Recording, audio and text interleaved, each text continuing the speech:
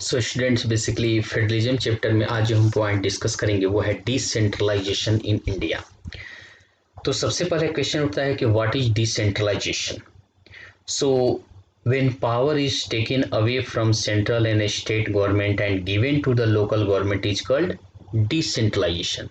जब सेंटर और स्टेट से कुछ पावर लेकर अगर लोकल गवर्नमेंट को दे दिया जाए इसे ही कहा गया है डिसेंट्रलाइजेशन, जिसको हिंदी में कहते हैं विकेंद्रीकरण, जो कि किसी भी डेमोक्रेटिक कंट्री के लिए बेसिकली बहुत जरूरी है।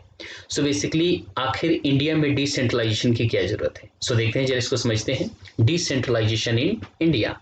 So we noted about that federal governments have two or more tiers of government। आपने जैसे देखा कि जब हम फेडरलिज्म की बात करते हैं तो फेडरलिज्म में बेसिकली दो या दो से अधिक लेवल पर गवर्नमेंट होती है। So we have so far discussed that two tiers of government in our country, but a vast country in India cannot be run only through these two tiers। लेकिन India जैसे country जो कि इतना बड़ा है, vast है, तो इसको केवल टू टायर से ही रन करना मुश्किल है, कर सकते हैं। सो अगर देखा जाए तो states in India are as large as independent countries of Europe. India के तो स्टेट ही बेसिकली इतने बड़े हैं कि वो यूरोप के इंडिपेंडेंट कंट्री के बराबर है। As for example in terms of population Uttar Pradesh is bigger than Russia. अगर पॉपुलेशन के हिसाब से देखा जाए तो उत्तर प्रदेश की तो अगर रशिया से भी ज़्यादा बड़ा है। Maharashtra is about as big as Germany, और अगर महाराष्ट्र जो देखा जाए तो जर्मनी के बराबर है। सो आखिर इंडिया जैसे कंट्री में जहाँ इतनी डाइवर्सिटी है, सो वहाँ एक थर्ड टायर की जो गवर्नमेंट है उसकी ज़रूरत है। सो basically many of these states are internally very diverse, so there is thus a need for power sharing within these states। So federal power sharing in India needs another tier of government, so below that of the state government। So this is rational for decentralization of power। तो basically जो power का decentralisation करने का जो main purpose है, तो इसका main purpose ये है कि बेसिकली जो गवर्नेंस है, जो एडमिनिस्ट्रेशन है, इसको और ज़्यादा ईजियर बनाया जाए, क्योंकि लोकल लेवल पर बहुत सारी ऐसी प्रॉब्लम्स होती हैं जो उसको वहीं पर सॉर्ट आउट किया जा सकता है, तो क्यों ना उनको थोड़ी पावर दे दिया जाए। तो इसीलिए थर्ड टायर जो गवर्नमेंट है, third tier system of government को बेसिकली जनरेट किया गया। So this is the rational for decentralisation of power. So this resulted a third tier of government called local government, और इसी को लोकल गवर्नमेंट कहते हैं, जिसको बेसिकली इंडिया में पंचायती राज सिस्टम के नाम से हम जानते हैं, जिसके बारे में हम आगे डिस्कस करेंगे। सो सेंट्रल लेवल, स्टेट लेवल जो कि पहले टू टायर थी, उसके बाद एक थर्ड लेवल आ गई लोकल गवर्नमेंट। सो नाउ तो फिर हम एक बार देखते हैं कि आखिर डिसेंट्रलाइजेशन क्या है। जैसा कि मैंने बताया कि when power is taken away from central and state government and given to the local government is called decentralisation. Centre और स्टेट से कुछ पावर लेकर और लोकल गवर्नमेंट को दे देना ही डिसेंट्रलाइजेशन है। डेफिनेशन आप याद रखेंगे, when power is taken away from central and state government and given to the local government is called decentralization। So the basic idea behind decentralization is that there are a large number of problems and issues which are best settled at local level। कई बार question आता है कि what is the basic idea behind decentralisation, मतलब इसका क्या purpose है decentralisation का, क्यों इसको अपनाया गया है। तो सो इसका मेन कारण ये है कि बहुत सारे ऐसे प्रॉब्लम्स हैं जो लोकल लेवल पर सॉर्ट आउट किए जा सकते हैं। So people have better knowledge of problems in their localities. कोई भी व्यक्ति जहाँ रहता है तो उसको अपनी लोकेलिटी की चीज़ बेटर समझ होती है, तो उसको ज़्यादा प्रॉपर तरीके से सॉर्ट आउट कर सकता है। So they also have better ideas on where to spend money and how to manage things more efficiently। So besides at the local level it is possible for the people to directly participate in decision making। और सबसे बड़ी बात कि local level पर जो आम लोग हैं वो उसमें पार्टिसिपेट कर सकते हैं। कोई भी डिसीजन लिया जा रहा है तो उसमें आसानी से पार्टिसिपेट करते हैं। डेट में एक डेमोक्रेसी का एक बहुत बड़ा स्पिरिट है, क्या है, participation. So this helps to inculcate a habit of democratic participation। और इससे सबसे बड़ी बात क्या है कि डेमोक्रेसी का जो स्पिरिट है कि पार्टिसिपेशन, सभी लोग पार्टिसिपेट करें, तो ये एक बेसिकली जो स्पिरिट है वो भी प्रमोट होता है, कर सकते हैं। So local government is the best way to realize one important principles of democracy, namely local self government। क्योंकि लोकल लेवल पर अगर सभी उसमें जो सभी लोग पार्टिसिपेट करेंगे और खुद ही मिलकर डिसीजन लेंगे जो भी लोकालिटी में उनके प्रॉब्लम्स है या काम करने हैं, तो सबसे ज़्यादा बेस्ट वे है बेसिकली किसी भी डेमोक्रेटिक पार्ट का। तो बेसिकली डिसेंट्रलाइजेशन का मेन पर्पज ही है कि बेसिकली एडमिनिस्ट्रेशन को ज़्यादा ईजियर बनाया जाए, कुछ ऐसे इशू जो कि लोकल लेवल पर सॉर्ट आउट किया जाए तो उनको वहीं पर अथॉरिटी और पावर दिया जाए। Now so the need for decentralization was recognized in our constitution। So since then there have been several attempts to decentralize power to the level of the village and towns। तो so basically जो third level पर जो power का distribution किया गया है वो village और टाउन में किया गया है। सो इसको हम बेसिकली विलेज में जिसे हम पंचायती राज सिस्टम के नाम से जानते हैं, और टाउन्स में बेसिकली म्यूनसिपैलिटीज के अंडर में आता है। नाउ सो नेक्स्ट पॉइंट देखते हैं, panchayat in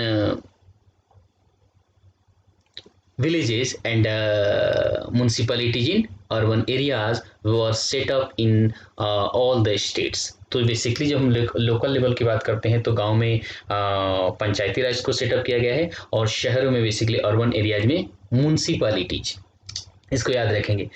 but these were directly under the control of the state government, और बेसिकली स्टेट गवर्नमेंट में है के अंडर में आते हैं ये। So elections to these local government were not held regularly.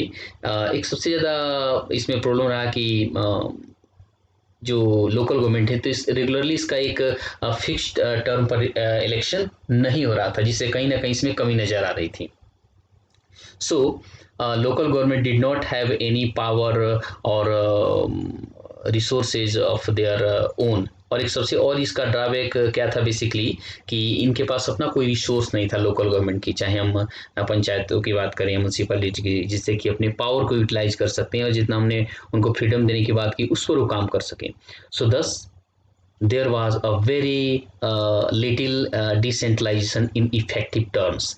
इसका मतलब है कि डिसेंट्रलाइज तो किया गया लेकिन रियल में उतना ज़्यादा इफेक्टिव नहीं रहा, क्योंकि जब उनको पावर नहीं दिया जाएगा, अपने पावर को यूटिलाइज नहीं करेंगे इफेक्टिव में भी, तो फिर उसका कोई फायदा नहीं। So a major step towards decentralisation was taken in 1992।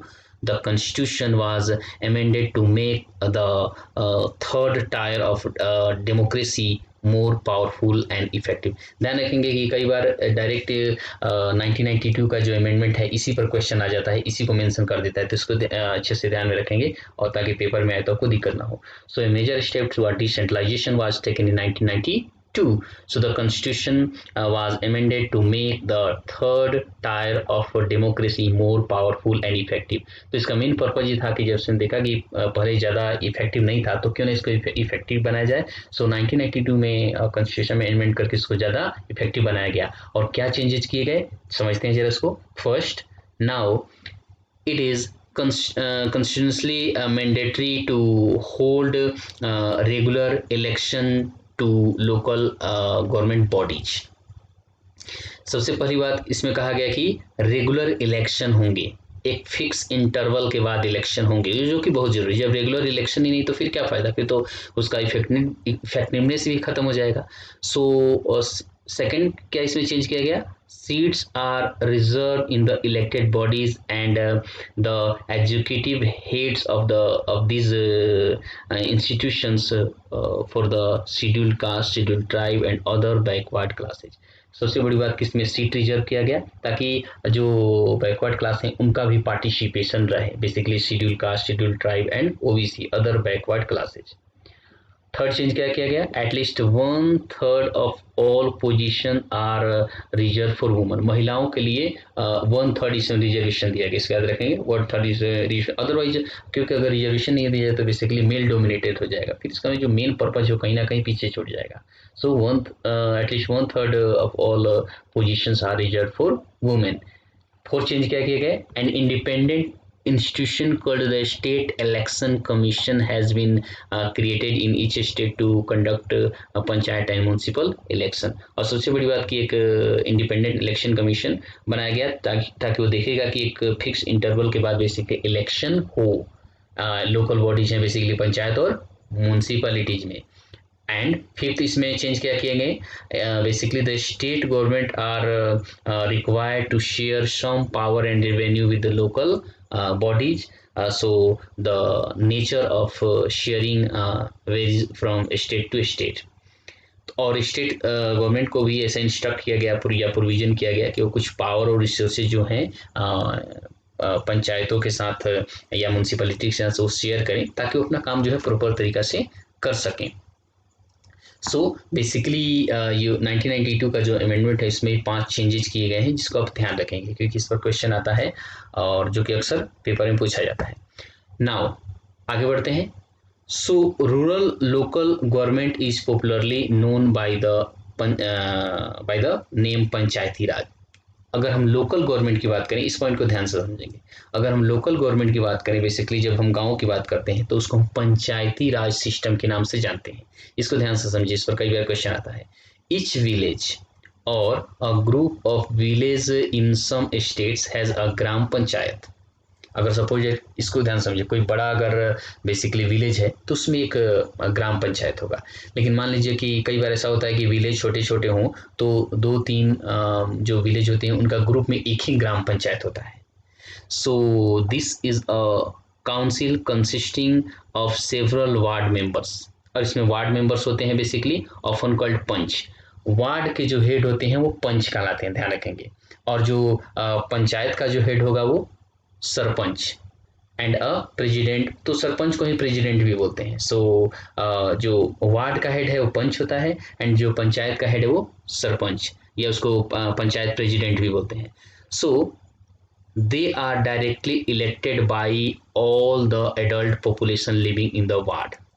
Basically जो इनका इलेक्शन है ध्यान रखेंगे पंच और सरपंच का, तो जो भी एडल्ट मेंबर्स हैं बेसिकली चाहे मेल हो फीमेल हो, जो यूनिवर्सल एडल्ट फ्रेंचाइज को जो हमने एक्सेप्ट किया है तो उसके थ्रू इनका इलेक्शन होता है, पंच का भी और सरपंच का भी।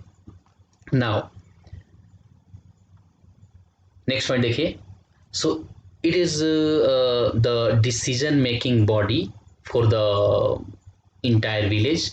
So the panchayat works under the overall supervision of the ग्राम सभा। और ये जो पंचायत है किसके सुपरविजन में काम करती है, ग्राम सभा।